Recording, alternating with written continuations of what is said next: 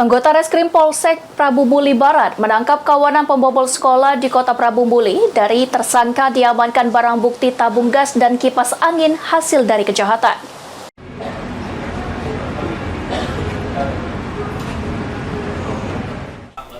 Anggota Reskrim Polsek Prabu Muli Barat menangkap kawanan pembobol sekolah di Kota Prabu Muli.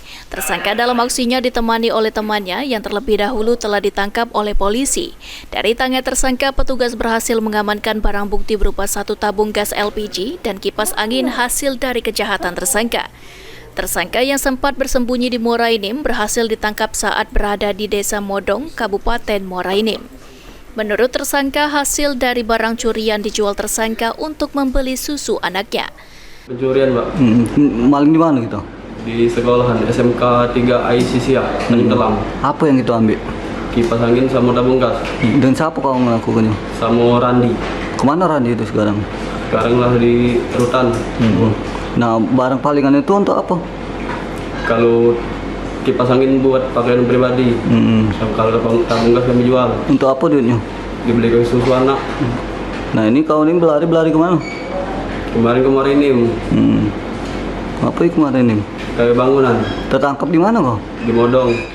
Kapolsek Prabu Muli Barat Ibtu Badarudin mengatakan tersangka merupakan residivis yang sering keluar masuk penjara dengan kasus yang sama. Unit jenisnya melakukan penangkapan di daerah Kasus apa komandan? kasus 363 KUHP dengan ancaman 6 tahun penjara atas nama Atang bin Juparmin. Alamatnya di Desa Dusun, Desa Tanjung Telang, Kelurahan Tanjung Telang, Kecamatan Prabu Muli Barat.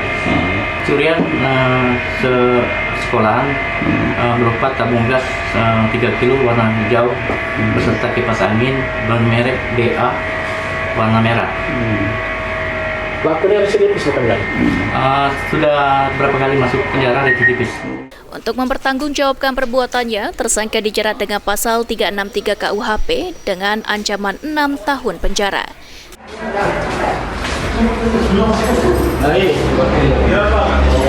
Anggi Perkasa, PAL TV.